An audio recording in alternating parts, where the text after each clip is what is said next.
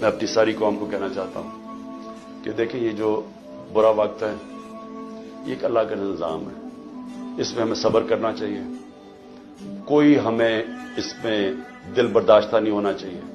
قوموں کی زندگیوں میں یہ مشکل وقت آتے ہیں اور کئی میرے لوگ بہت مشکلوں سے گزر رہے ہیں، لیکن باقی ساری قوم کو میں ایک چیز کہنا چاہتا ہوں، اپنے ذہن میں ڈال لیں کہ اس طرح کی غلامی، یہ شذیدیت، اس طرح کی غلامی کو قبول کرنے سے بہتر ہے مر جاؤ۔ اللہ نے آزادی کو کیوں اتنا بڑا رتبہ دیا؟ کیوں جو انسان اپنی آزادی کے لیے لڑتا ہے اللہ نے اور مرتا ہے تو اس کو شہید کہتا ہے، اور جو بچتا ہے اس کو غازی کہتا ہے۔ پیغمبروں کے بعد شہید کا سب سے بڑا رتبہ ہے، کیوں ہے؟